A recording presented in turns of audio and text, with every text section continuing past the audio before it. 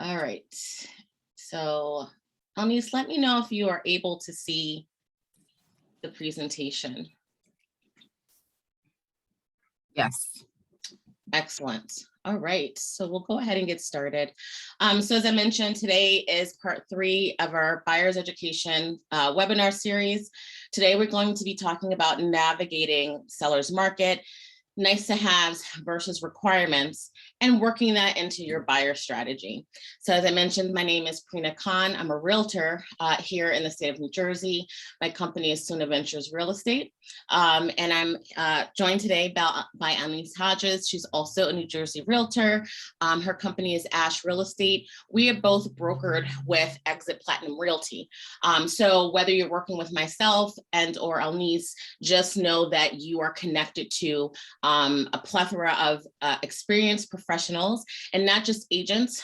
Within our practices, we have access to referrals for different professionals that may come up during your process. So whether it's a lawyer, a legal matter, if it's looking for someone to handle an inspection, maybe a contractor, we pretty much cover everything. So again, welcome to today's session, and we're going to go ahead and jump right in.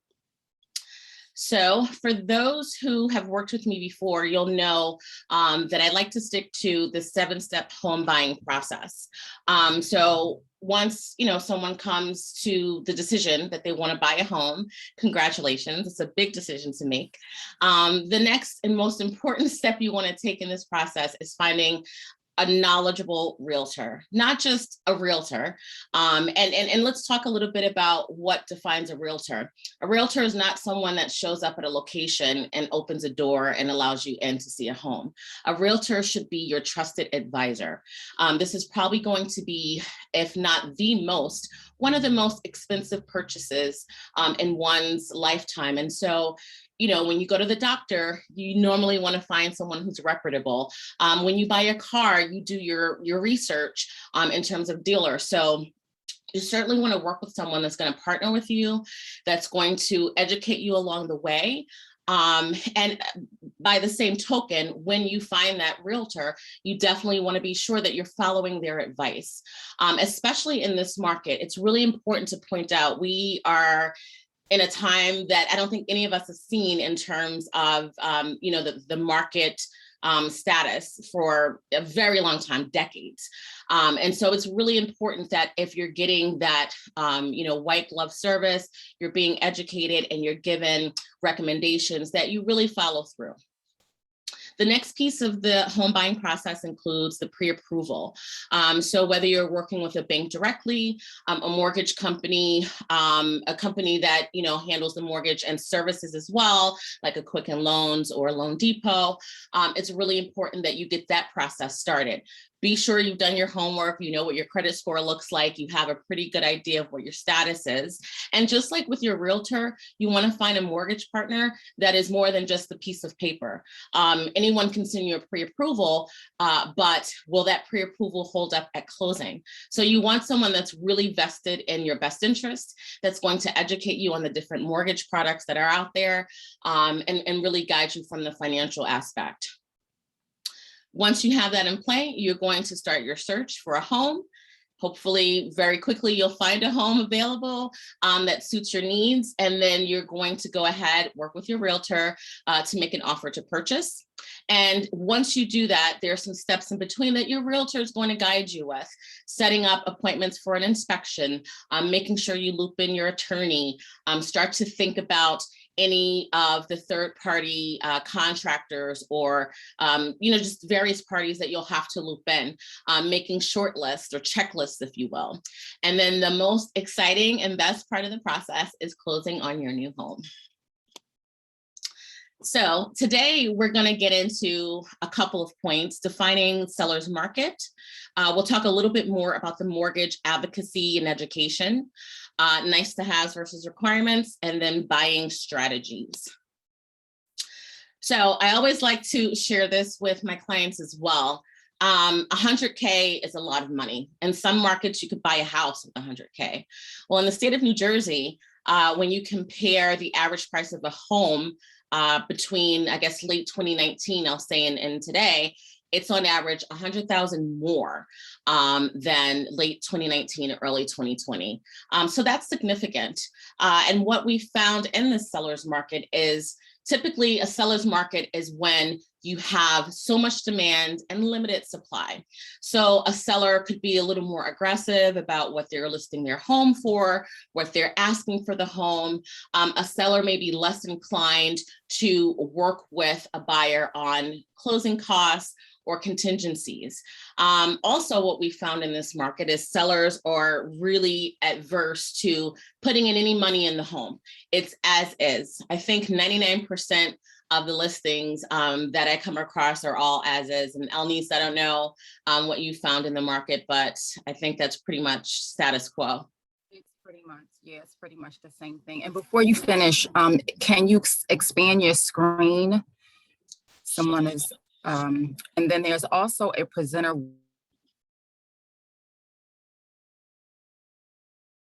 Uh-oh, did we lose you? Elnice? All right, I think she may have froze. So we're gonna. I'm sorry, I was just asking. Oh, I was just asking if you can just remove the little screen. Yeah, they just have something blocking the. Yeah, that's what it is, Prina. It's it says presenter window, and then it says don't show this message again. It's one of those little blocks that, you know, that'll pop up, but for whatever reason, it's like right in the middle of the presentation. Okay, let's try this. I'm gonna start sharing again.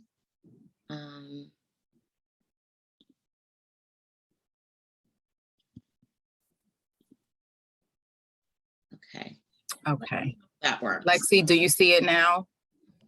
Yes, that's much better. Thank you. Okay. Yeah. You're welcome. All right, there we go. All right. Yeah, so we were just talking about seller's market and kind of what we've seen, you know, in the industry in terms of home costs exceeding, you know, 100K compared to pre-COVID.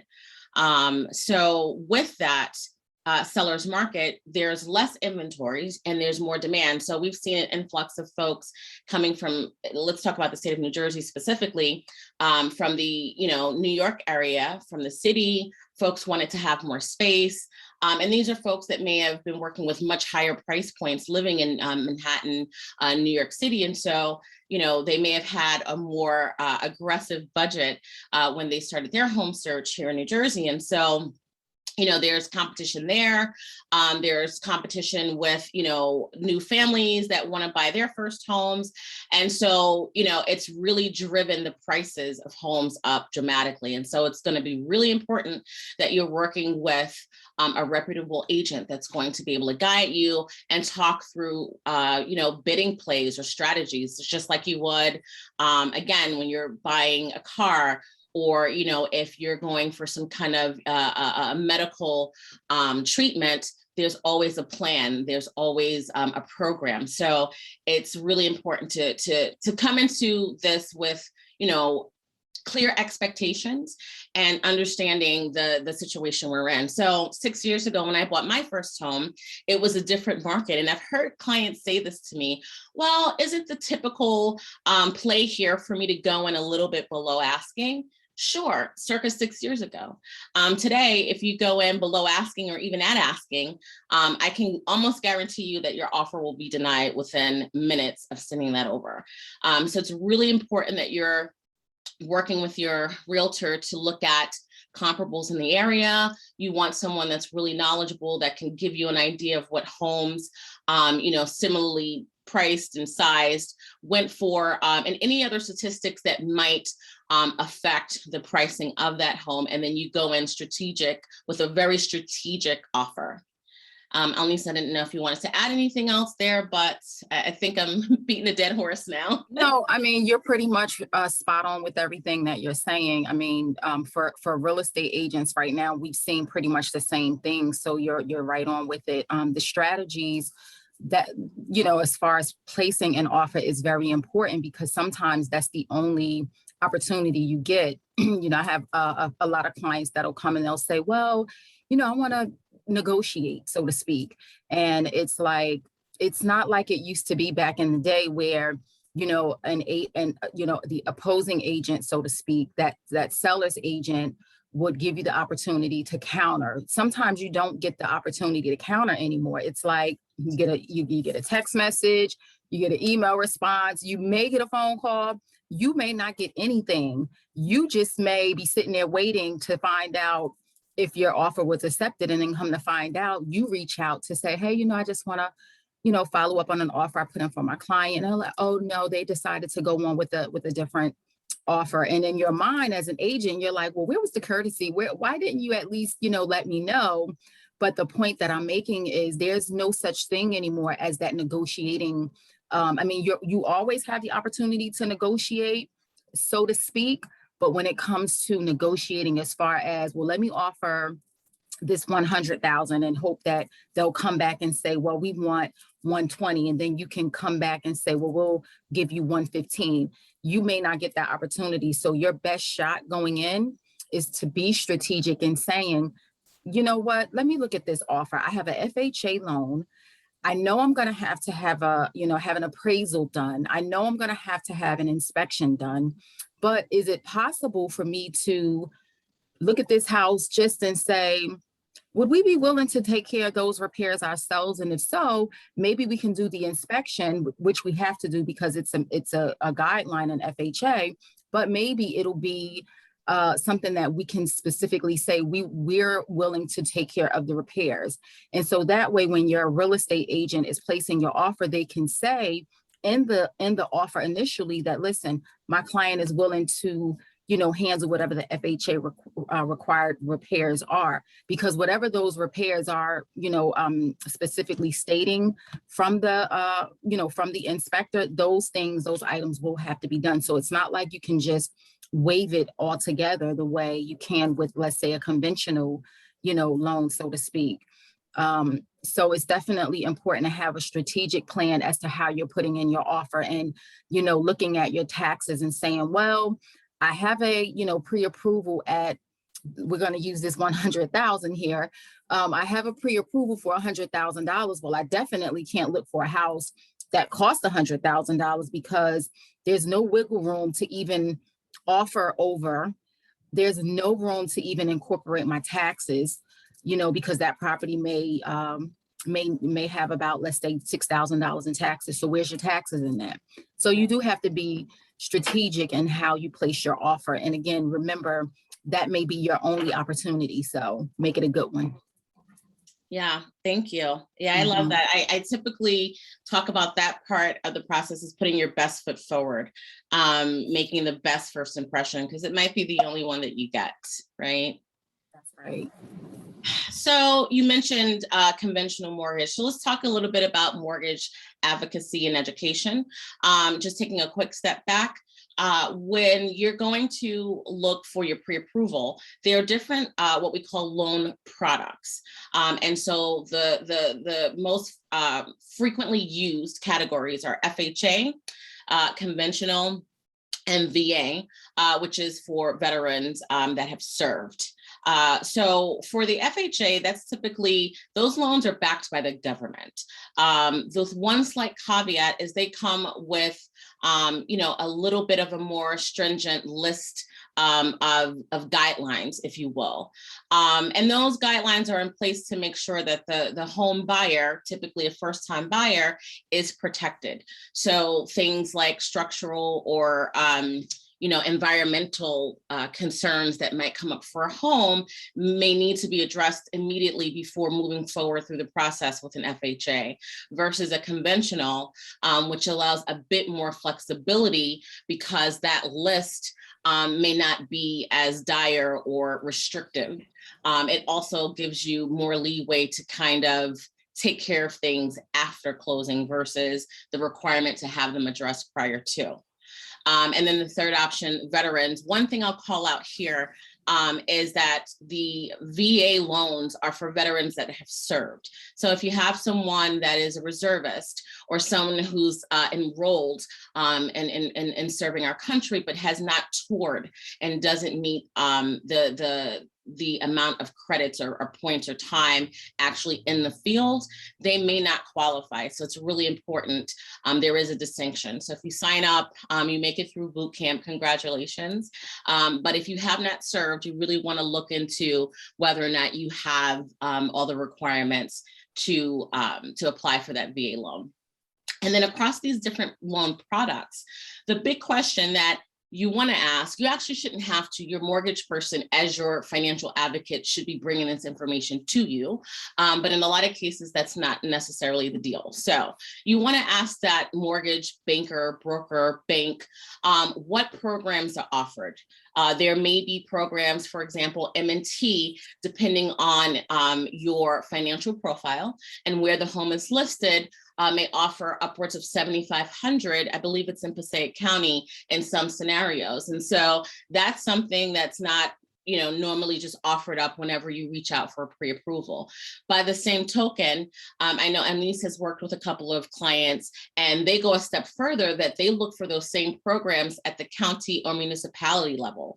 So let's say you're looking for a home in South Jersey, but you're willing to go Southwest, maybe Mercer County. I do know that there are some programs offered that if you purchase a home within certain areas that meet, the required financial profile, then they will also, there are programs available. And all these programs are tailored to help with closing costs. So they won't necessarily give you a check and say, here, we're going to help with your down payment. But as you know, closing costs could, hit 10,000 depending on the option or the home that you're buying. And so, every bit helps. If it's 5,000, 7,500, 2,000 even. But these are all the types of questions that you really want to be asking. So that's why we want to arm our buyers so that there are programs out there. So now that we've done our homework, we have a loan product in mind. We have a fabulous real estate agent that we're working with and a trusted mortgage person. We've gone out, we've seen a couple of homes, and we've narrowed it down to 2. So now we're going to think about nice to have versus requirements, because we want to put our best foot forward. You're going to get that one opportunity to present your offer, and you want to hope that it's going to work. So you want to look at logistics. If you have a couple of places in mind, what's really important. Is the county that you live in important for some reason? Maybe there's a work requirement if you're a government worker, or is there a city requirement if you have school-age children? The home itself, number of bedrooms, bath, garage size. Oh, I have to have a 2-car garage, but you only have 1 car. Is that really a requirement, or is that a nice to have? And then throughout this process, you want to also think about the potential and equity. Now, I'm going to share my personal experience. When people tell me about potential, I start to roll my eyes because I'm thinking, yeah, you're trying to sell me on something that I'm telling you I don't want. If I go into a store to buy a bag and I really want the $100 bag, but my budget only allows for the $50 bag, I'm going to roll my eyes when someone tells me how great I'm going to look carrying that purse. But in this case, real estate is one of the few opportunities that we have to actually build equity by not doing much at all and long-term wealth. And so there is truly potential and, moving forward, even if it's not the dream home that you wanted for the first time around. And I don't really know how many people are able to land their dream home first time around. I know I didn't. I had a requirement that I needed to have a tricked out master bath. I wanted the clawfoot tub, and I ended up with a bath about this big. I bump into myself normally, but I have so much equity compared to 6 years ago. It was totally worth it. And the truth is, I really didn't need that master bath. I'm doing just fine. So definitely keep that in mind and be willing to talk with, your trusted advisor, your agent, and really come up with a realistic list, especially in the seller's market that we're in, for nice to have versus those requirements. So now we're going to talk a little bit about buying strategies.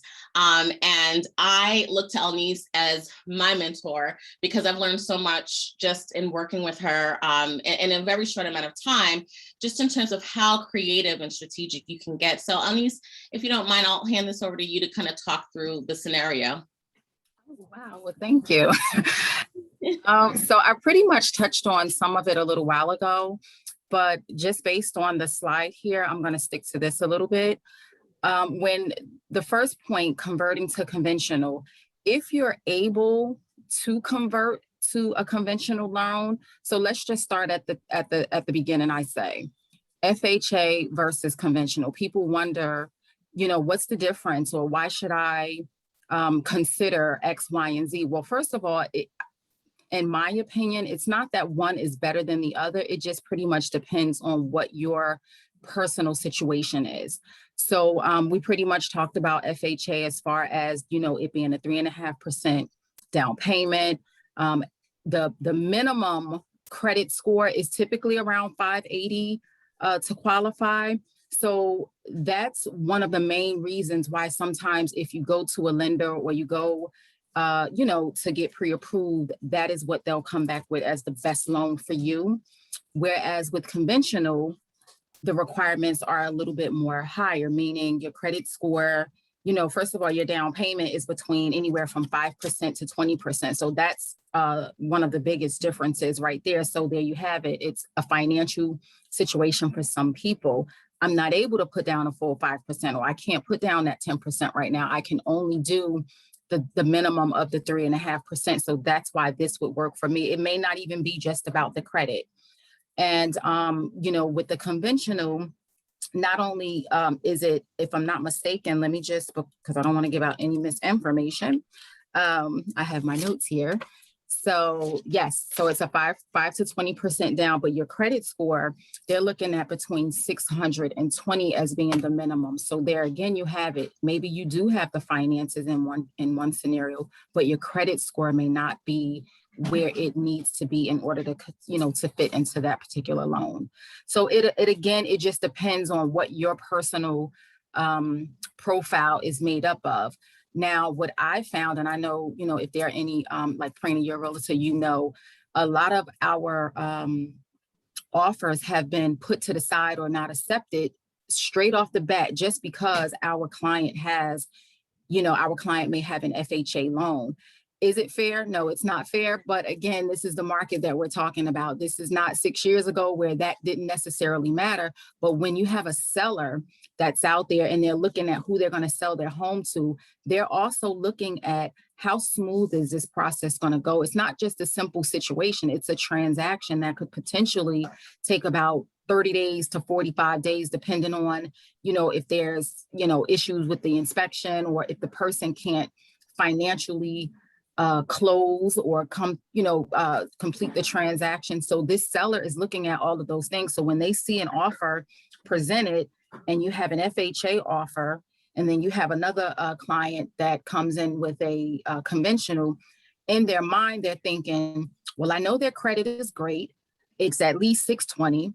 They put down at least 7%, 10%, whatever that number is, but they've invested a lot of money in it. So they're pretty much going to probably be the better, client for this particular transaction for me. So sometimes that, again, is a part of the strategy. Now, it's nothing you can do about it if that's the loan that you have. It's just that now your agent and potentially can work with your lender to kind of see, well, will we need a concession somewhere along in this contract? Maybe that'll help the situation a little bit better. That may not help. That may not work, because some sellers will look at may look at an offer and say, well, if this person is asking for a concession, can they really afford this situation? Is it going to be as smooth as I would like it to be? So it's a lot of different things to factor in. And I know I kind of jumped around in that slide a bit, but I had kind of spoke about some of those things early on, as far as, considering your taxes, when you're looking at what house you want to buy. But the main, I think, important part is, if you feel like your credit score is high, or if you want to be able to put that money down and you're able to get conventional, that would not be a bad option. If you're looking to maybe do some renovations or, do some repairing into the home, talk to your lender about that 203K if it's applicable in your case, because sometimes that also is something that a seller may consider like, wow, okay, they're going to do the repairs. They have the 203K loan already. That'll be a situation where it could go kind of smooth.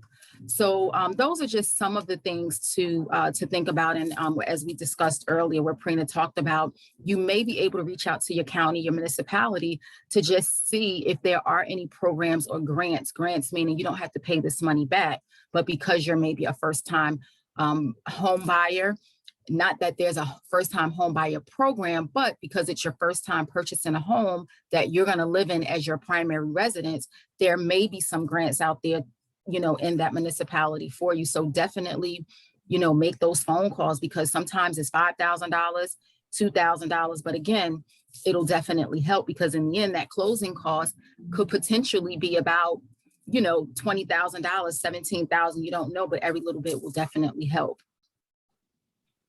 Absolutely. Music to my ears. Thank you. So yeah, it's really important, just to bring things home here, to work very closely with your agent, but have a realistic point of view, understand the market that we're walking into. As agents, when we tell you or give you information, we really have your best interest at mind.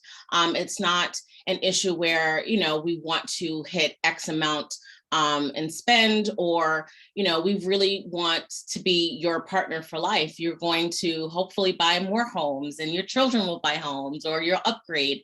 And so we want you to know that we're here, we have your best interest at mind. And the information that we're sharing with you is what we've seen as professionals that have firsthand access to this data. And so we're arming you with that information. So if you have any other questions and you're on the conference now, feel free to post those questions, or you can just unmute yourself. If you feel more comfortable reaching out to us separately, you can find us on social media with our at Prina Real Estate or at Alnice Hodges. You have our phone numbers at the bottom if you want to take those down as well. So I'll open it up if anyone has any questions.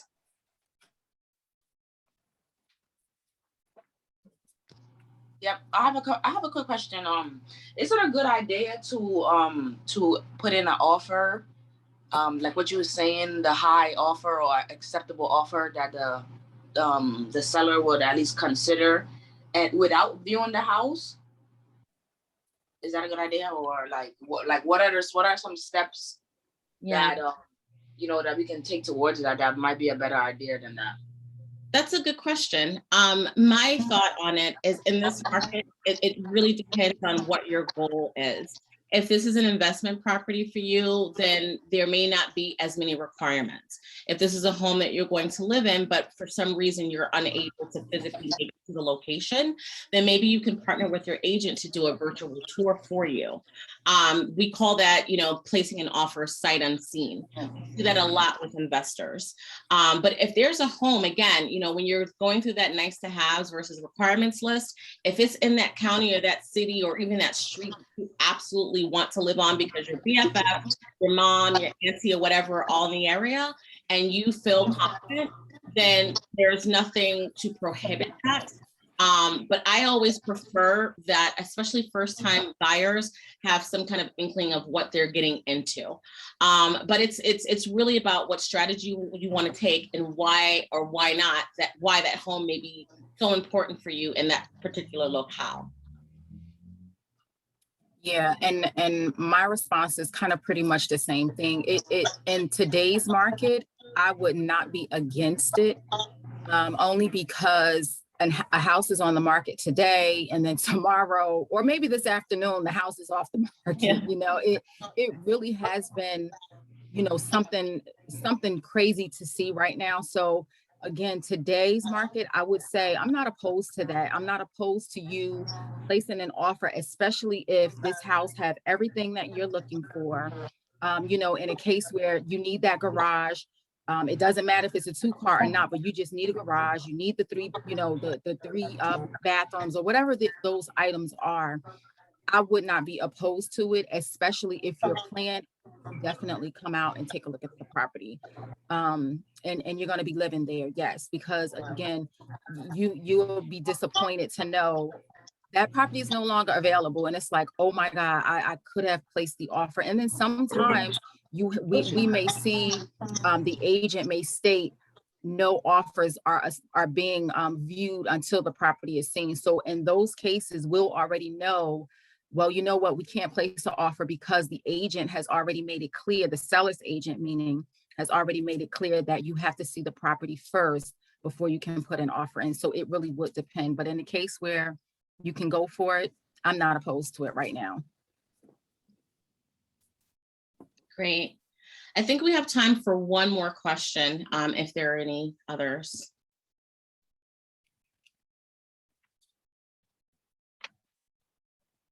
All right. Well, thanks again, everyone, for joining today. I hope you have a fabulous weekend. If you want to get in touch with Elnice or myself, please screenshot, write down the information here, and we'll be happy to discuss any of these topics offline with you. Again, I'm Prina Khan with Sunah Ventures Real Estate, co-hosted today with Elnice Hodges, and we are brokered by Exit Platinum Realty. So happy to serve you guys, work with you, and if you have any other questions, feel free to reach out at any time. Thank you so much. Take care all.